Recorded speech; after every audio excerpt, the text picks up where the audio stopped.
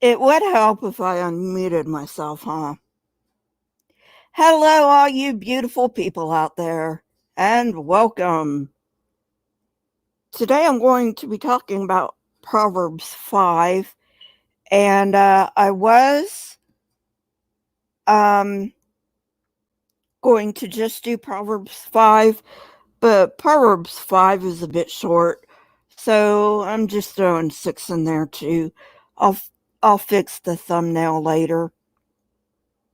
So, welcome to Bad Advice in the Bible, Proverbs 5 and 6.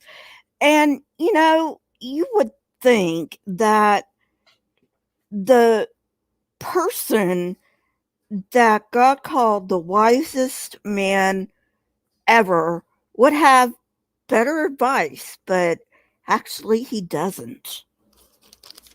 I wonder what that's all about. But anyway, um, starting, by the way, there is no today in history. I looked and there is something in history and it is pretty important. But it is also sad. It has to do with Rwanda. And I really don't want to get into that kind of sadness. I do believe, though, that it is important for us to remember our history. And probably most of you are old enough to understand what I mean when I say Rwanda. So, hey, Paul, I'm fine. How are you? Uh, so, but yeah, so let's get on with it. Chapter 5, verse 1. My son. Why is it always my son and never my daughter? Anyway, my son, pay attention to my wisdom. Now, most of the early Proverbs were written by Solomon or under Solomon. Hey, Dr. Mark Warner. I don't think that somebody who had 600 wives and 300 concubines automatically counts as someone with wisdom. Just my opinion. My son, pay attention to my wisdom. Turn your ear to my words of insight, that you may maintain discretion and your lips may preserve knowledge. Solomon, with 600 wives and 300 concubines, I don't think you have any room to talk about maintaining discretion. Just saying.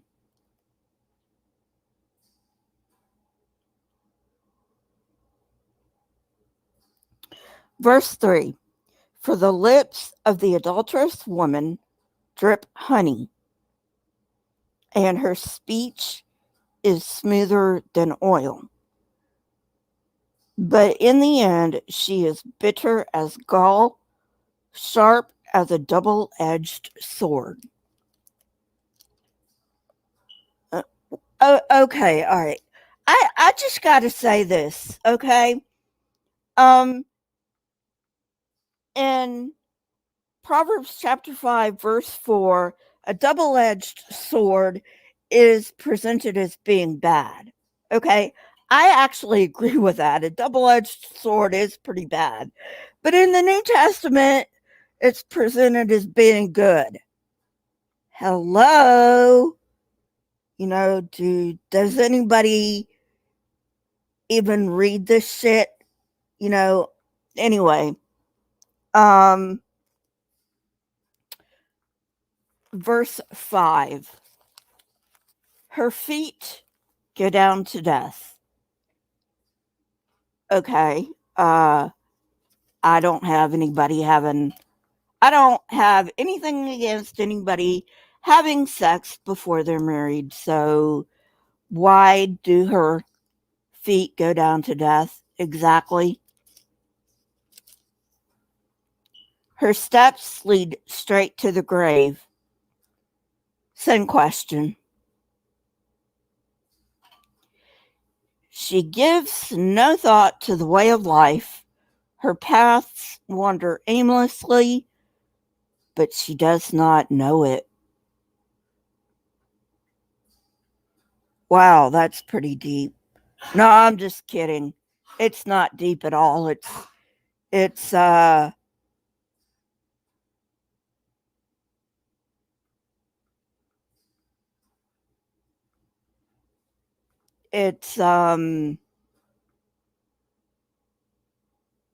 doesn't even bear uh doesn't this doesn't really even bear answering to, but I am, because it's just so friggin' dumb.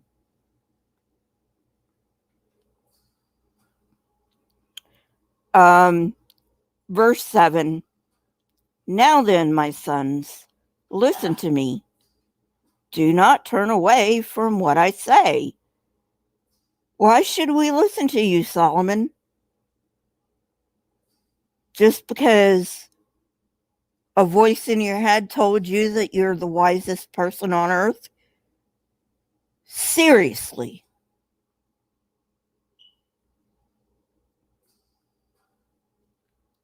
Verse 8. Keep to a path far from her. Do not go near the door of her house, lest you lose your honor to others and your dignity to one who is cruel. Oh, yeah, let's just do some scaremongering. That'll work.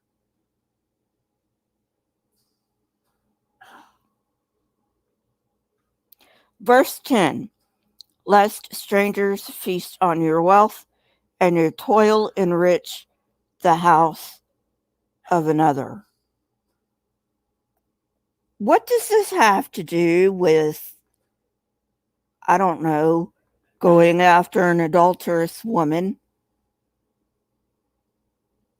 I mean, I know plenty of people who have sex before marriage, and strangers don't feast on their wealth, and their toil doesn't enrich the house of another. I mean, seriously, this is some major stupidity coming out of somebody who's supposed to be wise. Verse 11. At the end of your life, you will groan when your flesh and body are spent. Solomon, I'm pretty sure everybody's going to groan at the end of their life if they make it to old age. That's just how it is. Bodies wear out. Verse 12. You will say, how I hated discipline, how my heart spurned correction. If you're saying that we reject this book, then hell yeah, I reject it. How I hated discipline? Well, if you're saying that beating somebody is discipline, then yeah, I flat out reject it. Because beating somebody is not discipline. Beating somebody is just beating somebody. Whether it's your child or somebody else. It's just abuse.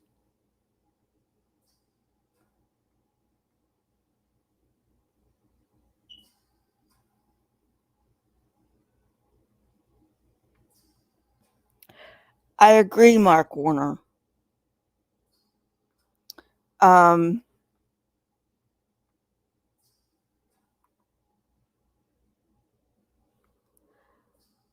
Okay, verse 13. I would not obey my teachers or turn my ear to my instructors.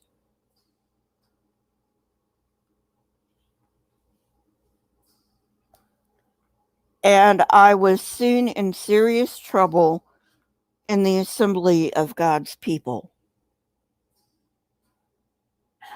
Um, well, you know,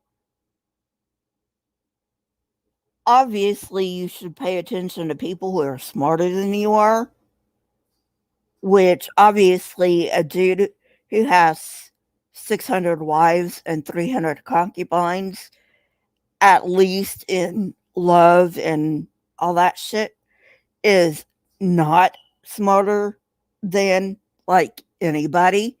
Okay. Verse 15. Drink water from your own cistern, running water from your own well. Should your springs overflow in the streets, your streams of water in the public squares, let them be yours alone, never to be shared by strangers. Doesn't this fly in the face of Jesus' advice? You know, give to the poor. If somebody asks for your jacket, give them your cloak also. Seriously? So who are we supposed to believe here? Verse 18. May your fountain be blessed. Um, is that some kind of a sex joke? I feel that like that's kind of a sex joke.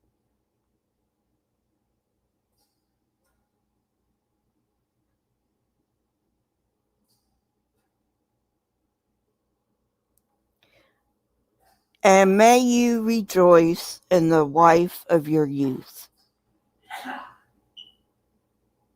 Thanks, Nevermore. I thought so.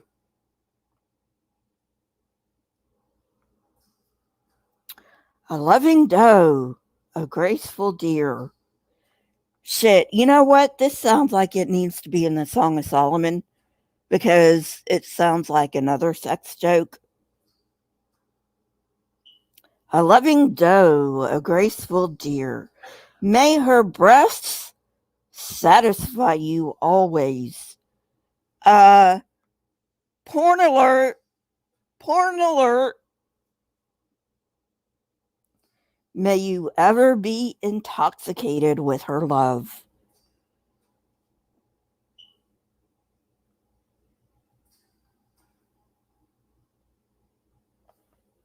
Ugh. You know what? I'm not even going to say anything to that except porn alert because this is ancient porn. That verse I just read was ancient porn. Yeah, yeah, nevermore.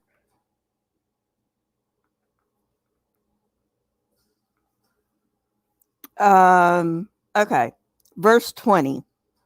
Why, my son, be intoxicated with another man's wife?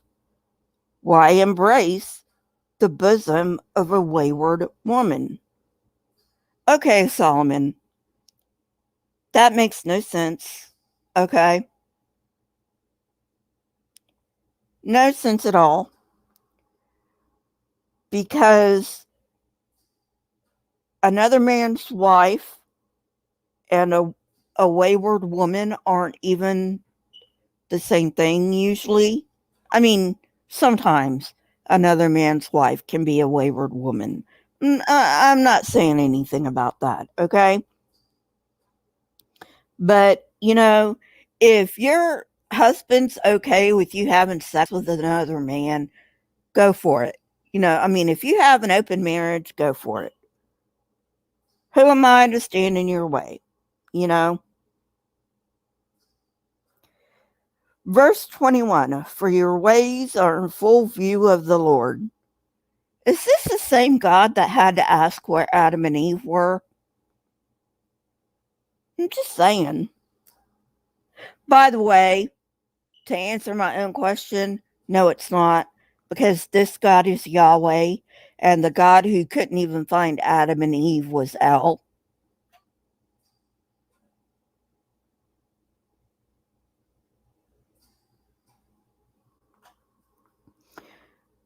And he examines all your paths. Really?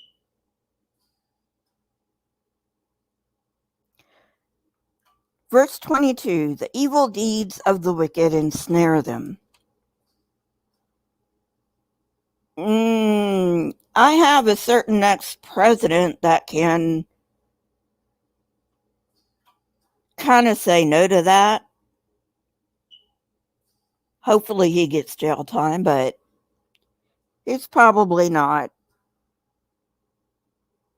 The cords of their sins hold them fast. I reject the concept of sin. So let's go on. Verse 23, for the lack of discipline, they will die, led astray by their own great folly. So this is the last verse in chapter 5. And this verse is like my biggest um uh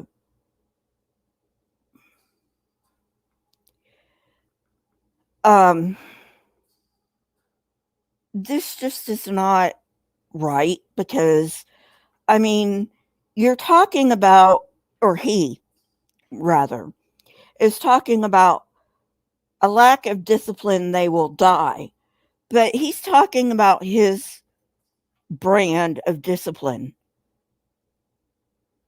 Beating your kid is not discipline, it is abuse. Okay, don't beat your kid.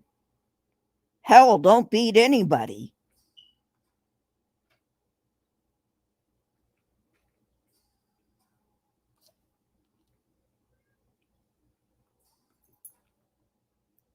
I know, right? Okay, chapter 6. My son, if you have put up security for your neighbor, if you have shaken hands in pledge for a stranger, you have been trapped by what you said and ensnared by the words of your mouth. Wow, Solomon, thank you very much for calling God a fool.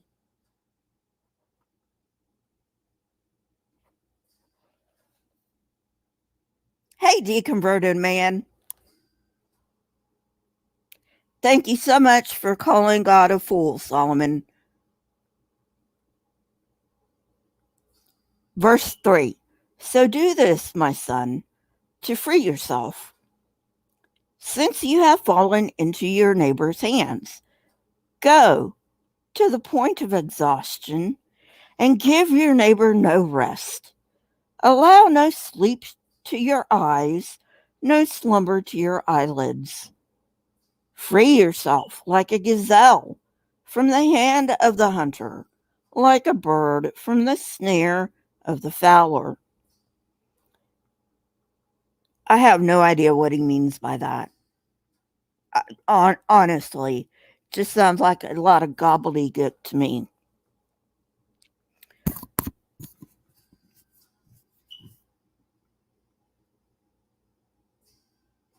Thank you, deconverted.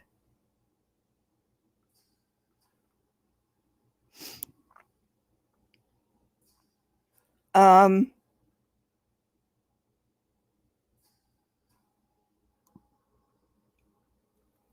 verse 6. Go to the ant, you sluggard. Consider its ways and be wise. It has no commander, no overseer or ruler. Does it? I don't know. Would the queen ant count?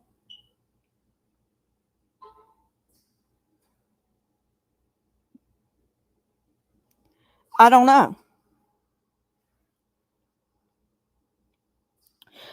But see, the thing is, when we're talking about ants or birds or squirrels or anything else that puts food away for the winter, we're talking about um creatures that rely on the natural cycles. So this doesn't make any sense.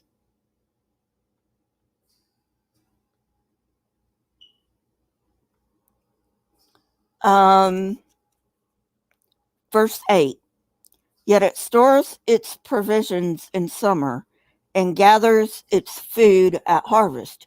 Yes, because it goes by the natural cycles. There's not, they may not have known this back in the day when this was written, but we know it now. They go by cycles. It's not a big mystery. Verse 9. How long will you lie there, you sluggard? When will you get up from your sleep?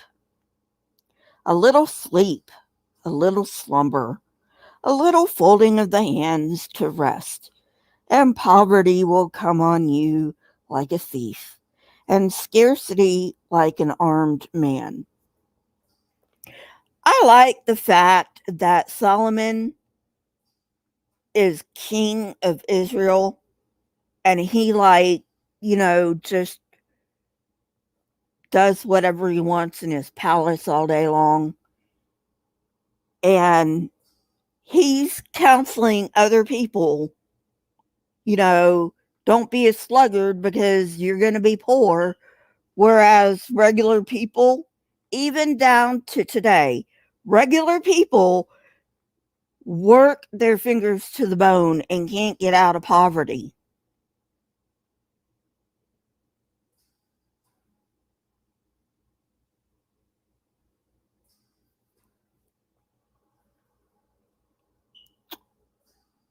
A trouble, let's see, verse 12. A troublemaker and a villain who goes about with a corrupt mouth. Hey, I have a corrupt mouth.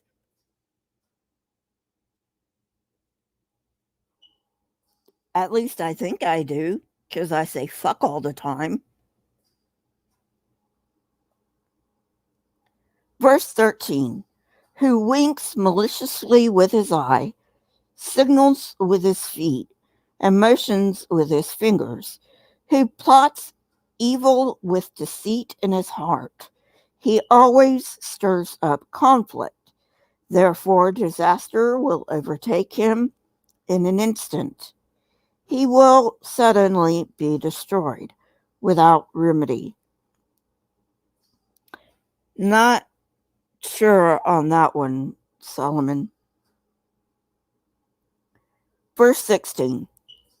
There are 6 things the Lord hates, 7 that are detestable to him: haughty eyes, a lying tongue, hands that shed innocent blood, a heart that devises wicked schemes, feet that are quick to rush into evil. Okay, now that phrase right there is like, not, be a little more specific, please. Verse 19. A false witness who pours out lies. You already said that, Solomon. And a person who stirs up conflict in the community.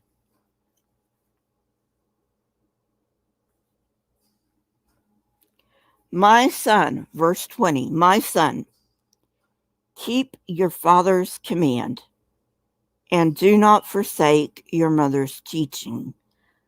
Bind them always on your heart. Fasten them around your neck. That would be very uncomfortable.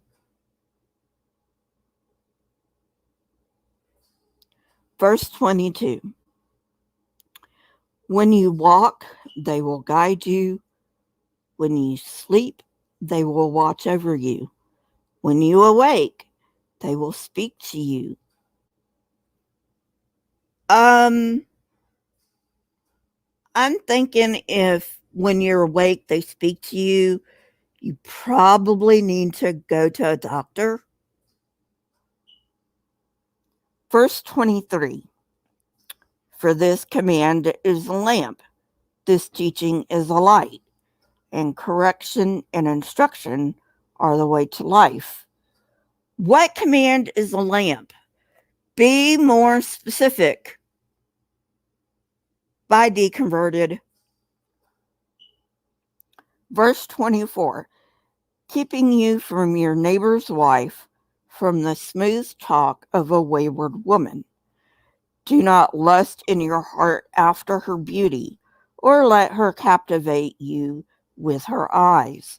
For a prostitute can be had for a loaf of bread, but another man's wife preys on your very life.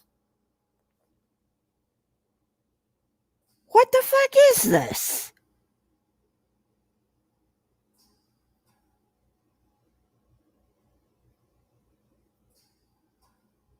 Dr. Mark Warner, I kind of agree with you. Um,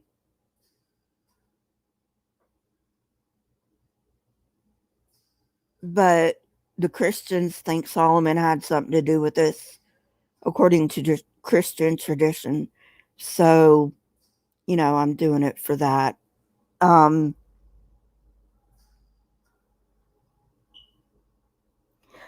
verse 27. Can a man scoop fire into his lap without his clothes being burned? What does that have to do with the price of eggs in China? Verse 28. Can a man walk on hot coals without his feet being scorched? So is he who sleeps with another man's wife. No one who touches her will go unpunished. Gee, Solomon, thank you very much for condemning your father David. Verse 30. People do not despise a thief if he steals, to satisfy his hunger when he is starving. Yet if he is caught, he must pay sevenfold. Though it costs him all the wealth of his house. But a man who commits adultery has no sense. Whoever does so destroys himself. By the way, I don't really care what people do in their daily lives. Like I said, if you have an open marriage, as long as both of you know you have an open marriage, go for it.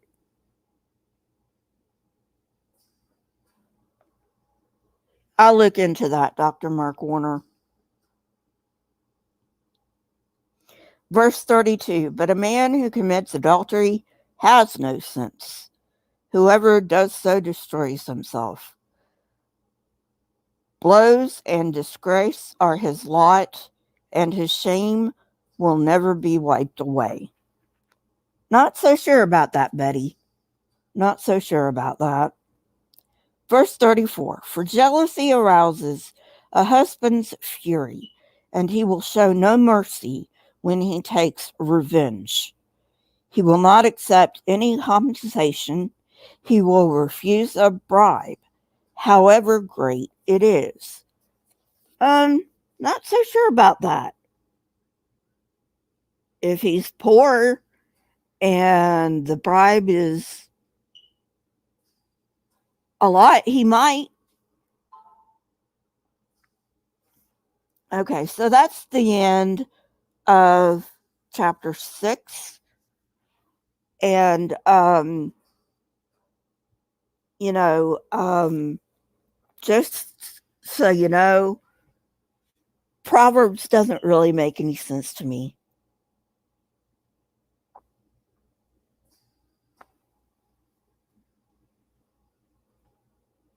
Proverbs just doesn't make any sense to me. Um, it's just a bunch of yeah, yeah, yeah, yeah, yeah, yeah, yeah, yeah, yeah. What is it even doing in the Bible?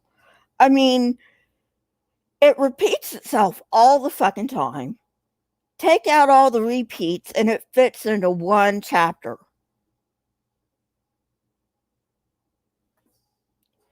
Oh, Tangelo, we're not doing that today. At any rate, I I don't know how anybody can take this book seriously. First of all, we've got a flood. That doesn't make any goddamn sense.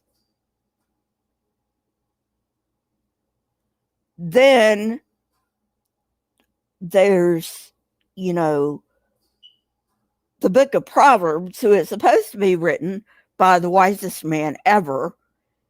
That's just a bunch of malarkey. And yeah, it doesn't make any sense. It doesn't make any fucking sense. And yet, here today on April 7th, we are in a place where people actually take this kind of nonsense seriously.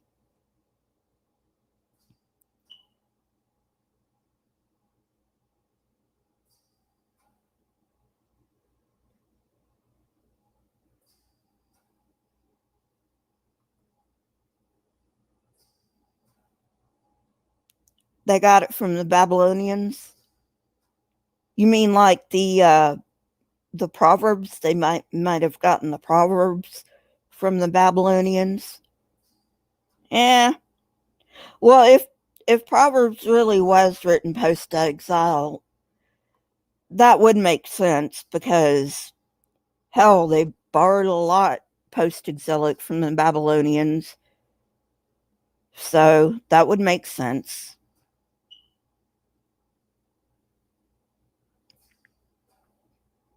I know, right, Dr. Mark Warner? I'm just making fun of it because it's so funny to make fun of. You know, once you get to the point where you're like, this doesn't make any sense, and you're like, oh shit, of course it doesn't make any sense. So anyway, yeah. Um. So yeah. Anyway, I hope you enjoyed that. Just my little thoughts on how really, really bad the Bible is written. I mean, seriously, it has so many editors. Christians, I'm sorry, it's the truth. Uh, Genesis to Deuteronomy was edited, then Genesis to Second Kings was edited.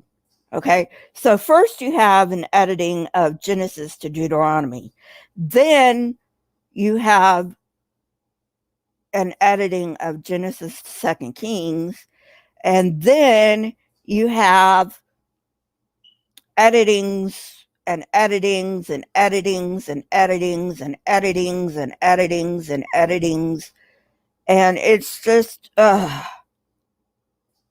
you're like, why didn't anybody see any of this shit? Why didn't any of the editors see any of this shit?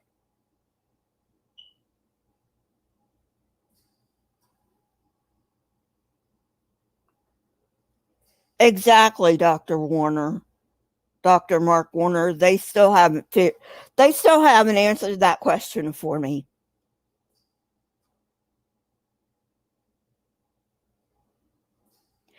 Nothing can exist forever. Oh, except God can exist forever. Nope, that makes sense. Come on. Get with the program, Christians. Get with the program.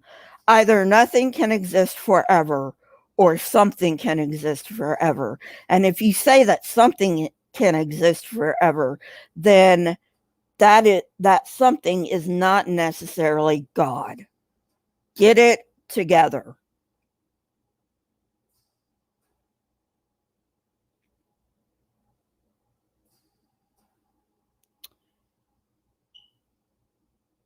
So, at any rate, that's all I've got for today. You guys have a wonderful rest of your day. Oh, Mark? Okay. I'll call you Mark. Please consider being a Patreon or joining the channel. The join link is is at the bottom of this. You can also find it in the description. You can also support me by going to PayPal with a one-time donation if you would like. But please take care of yourselves. I know it's a bit of a hard time. Take care of yourselves. And I will see you guys later. Bye.